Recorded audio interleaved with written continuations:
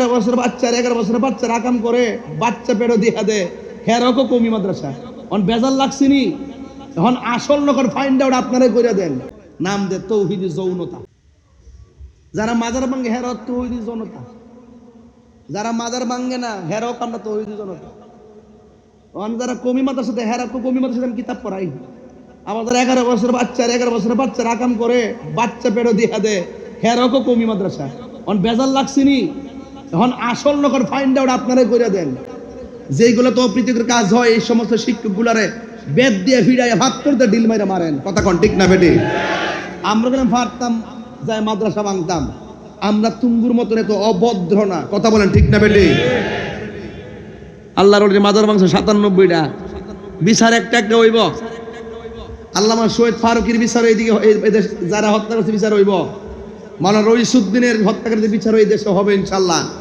হবে কিনা বলেন শুধুমাত্র সময়ের অপেক্ষা ইনশাআল্লাহ তবে একটা কথা বলে দিয়ে যায় ওই সমস্ত টিকিট বেচুন্নারের সাথে আমরা 11 বছরের বাচ্চাকে অপ্রীতিকর ঘটনার মাধ্যমে তার পেটে 7 মাসের বাচ্চা সে অন্তঃসত্ত্বা নাউজুবিল্লাহ এই যে এত বড় জঘন্য কাজ করছে অনেকে বলে আল্লাহর মাজারে গান হয় শরীয়ত বিরোধী কাজ হয় এই জন্য আমরা চাইটা ভাঙতাম মাজার ভাঙ্গে এমুকে খারাপ অমুকে খারাপ এখানে গান হয় এখানে অসামাজিক কাজ হয় মাজার ভাঙতে যায় আর তোমরা মাদ্রাসার ভিতরে যে হুজুর যে এত বড় জঘন্য কাজ একের উপর একটা নতুন না সেই ওই ইতিহাস স্বাধীনতার আগে থেকে যে এরকম আকাম কুকাম চলতেছে কই এখন তোমরা ওই মাদ্রাসা ভাঙতে যাইতে পারো না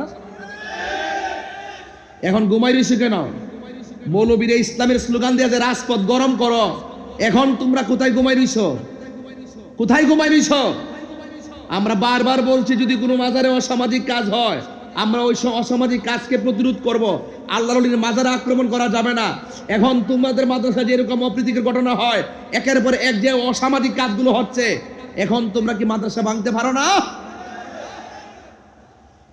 এরার ইতিহাস জাতি এখন দেখতেছে সিসি দিতেছে লজ্জা মুখ দেখাইতে পারেন এই সমস্ত কুলাঙ্গার গুলোর কারণে কথা বলেন ঠিক না বেটি আবার অনেকে দালালিও করা শুরু করছে ভাগ্য ভালো যে ডাক্তারটা ম্যাডামটা কি সুন্দর স্টেটমেন্টটা দিছে এই হুজুরটার কথা কইছে নাইলে তো মামলা এখনো তো চেষ্টা করতেছে টাকা টোকা দিয়া ওই বাদী পক্ষকে হুমকি টুমকি দিয়া এটাকে দাফন করে দেওয়ার জন্য দাফন করার সুযোগ নাই অপরাধী যে হবে তাকে অফকোর্স আইনের আওতায় আনতে হবে কথা বলেন ঠিক না বেটে আর দর্শকের পক্ষে যারা যে আইনজীবী ফাইল ডিল করবে ওই আইনজীবীর বিরুদ্ধে অবস্থান নিতে হবে কথা বলুন ঠিক না বেটে এই জন্য আপনাদেরকে বলবো সতর্ক থাকবেন ছেলে মেয়ে কোথায় পড়াবেন আল্লাহর হস্তে চিন্তা ভাবনা করে পড়ান এদের কাছে ছেলে অনিরাপদ নাই এদের কাছে মেয়ে অনিরাপদ নাই আরে কুত্তাও তো একটা ভাদ্র মাসে কার্তিক মাসে যখন কুত্তাও যখন পাগল হয় তখন তো কুত্তা ওই বড় কুত্তা দেখে ছোট বাচ্চাটা সে কিন্তু টাচ করে না কথা কোন ঠিক না বেটে এরা তো কুত্তার চাইতো আরো অদম হয়ে গেছে কথা বলে ঠিক না বেটে জুতা দিয়া বাইরে ফাটাই যাওয়ার দরকার এই সমস্ত বেঙ্গের ছাতার মতো মাদ্রাসা দিয়া এই মাদ্রাসার ভিতরে ছেলেকে ধরে আকাম করতেছে মেয়ের সাথে অসামাজিক কাজ করতেছে রাষ্ট্রের পক্ষ থেকে কোনো ব্যবস্থাপনা নাই অনতি বিলম্বে এই সমস্ত মাদ্রাসাগুলোকে ফাইন্ড আউট করে যে এই মাদ্রাসায় এই সমস্ত ঘটনা হয় এইগুলোকে পানিশমেন্টের ব্যবস্থা করা দরকার কথা বলেন ঠিক না বেটে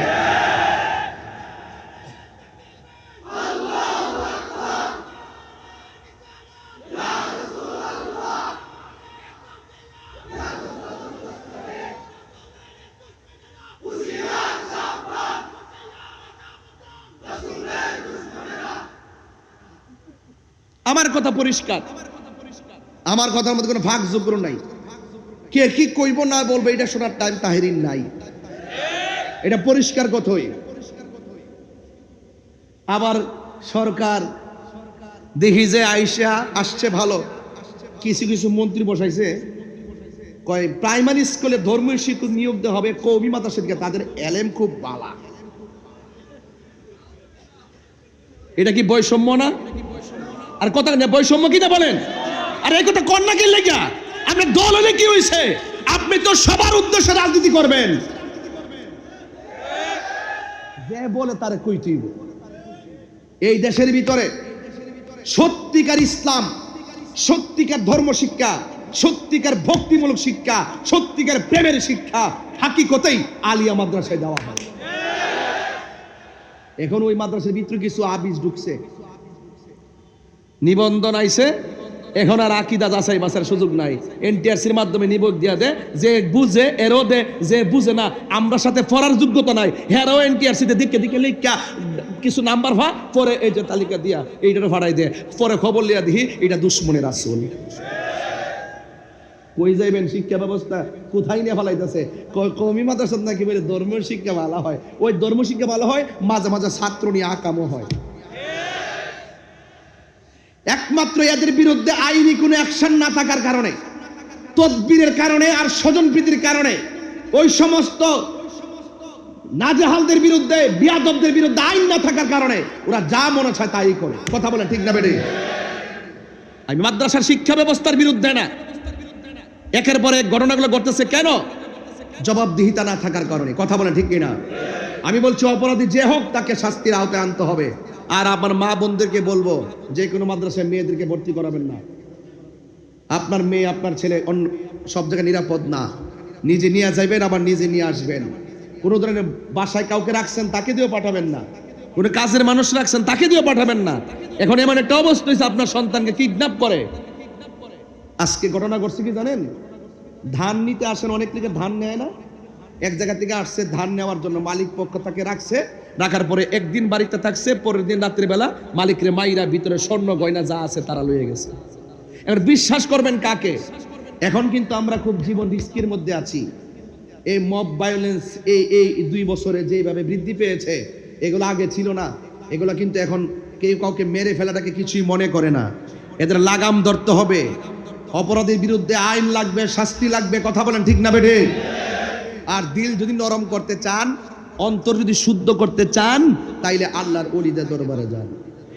যেখানে গেলে আপনি খুন কি বুঝবেন না, ধর্ষণ কি আবার মাথায় ঢুকবে না, এবং মানুষকে ঠকানো কি এগুলো মাথায় ঢুকবে না। তার একটাই চিন্তা থাকবে, বসে থাকবে হাটহাজারি, তার অন্তর পরে থাকবে সোনার মদিনা। কথা বলেন ঠিক না বেঠে?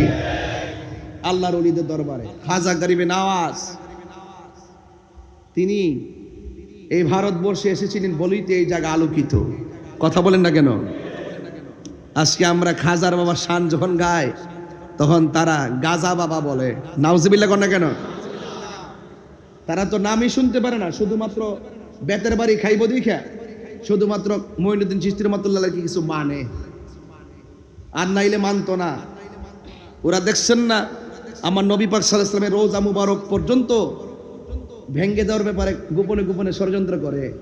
আবার কি বলে জানেন? কয় এটা স্পষ্টকাতর জায়গা, নাইলে এটাও ভেঙ্গে ফেলা হতো। কত বড় বিয়াদব দেখছেন? এদের সাথে ইসলামের এবং সমাজের কোনো সম্পর্ক।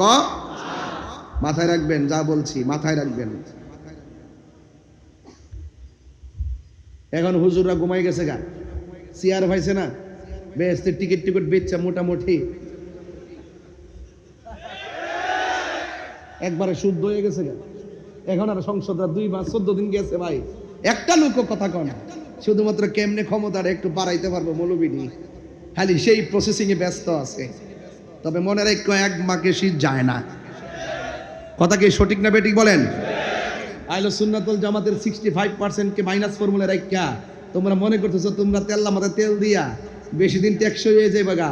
আল্লাহর ধরা কিন্তু নরম না, খুদাই গজব নাই মাইব। কারণ কেন? তোমরা 2 বছরের ভিতরে 97টা মাজার ভাঙছো। আল্লাহর গজব আসবে। মান আদালি ওয়ালিয়ান ফাকাদ আযানতুহু বিল হারবে। যারা ওলি আল্লাহর বিরুদ্ধে অবস্থান নেয় তাদের উপরে খুদাই গজব পড়ে।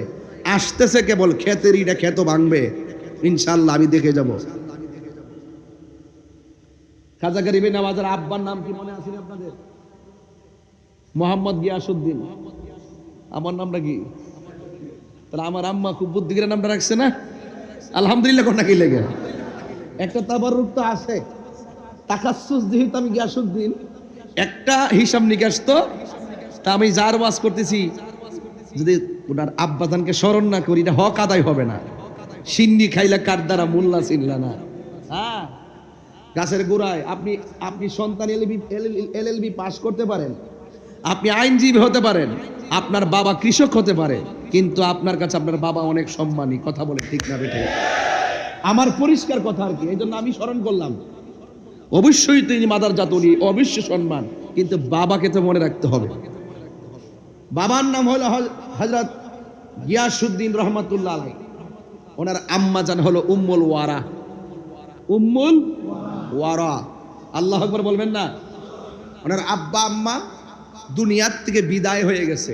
আচ্ছা, বাবা মা যার থাকে না, সংসারে হাল ধরতে হয় কি হয় না? যত কিছু আমরা যেভাবে আগে ঘুরছি, মনে মনে ভাবছি যে আব্বা বাজার করে নিয়ে আসবো, আমাদের টেনশন। আর বাবা যখন চলে যায় তখন মনে মনে ভাবতেছি, আরে ঘরে বলি যে কি কি নাই একটা তালিকা লিখে দাও। এত বড় তালিকা লিখে দে, দোকান থেকে যাইয়া বস্তা বইরা আইন না। যখন একদিন আনি তখনই ক্লান্ত হয়ে যায়, পরের দিন একটা ছেলে ভাড়াই দেই, আরেকদিন দোকানদারের ফোন দিয়ে দিয়া যায়, আরেকজনকে পাঠায়। আর আমার বাপে তো এগুলা প্রতিদিন হাতে কইরা গেছে। আরে 10 টাকা ভাড়া না লাগবে, এই জন্য 10 টাকার ভাড়া না নিয়া 10 টাকা দিয়া সন্তানের জন্য কয়েকটা কলা কিনে আনছে, আমার পোলা খাইলে প্রোটিন হবে। এভাবে হাতের মধ্যে 2 হাতে ধরে ব্যাগ নিয়া আমার বাপ বাজার করে আইন না আমাদেরকে মানুষ করছে।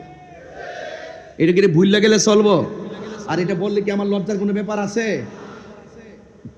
মা কি জিনিস? মা কইছে গো ফুত, তোর আব্বা তো খাইছে না, তোর আব্বারে লইয়া খামু। অথচ ফুতাইত্রে পেট ভইরা ভাত খাওয়াইছে, ছেলে মেয়েগুলাকে পেট ভইরা ভাত খাওয়াইছে।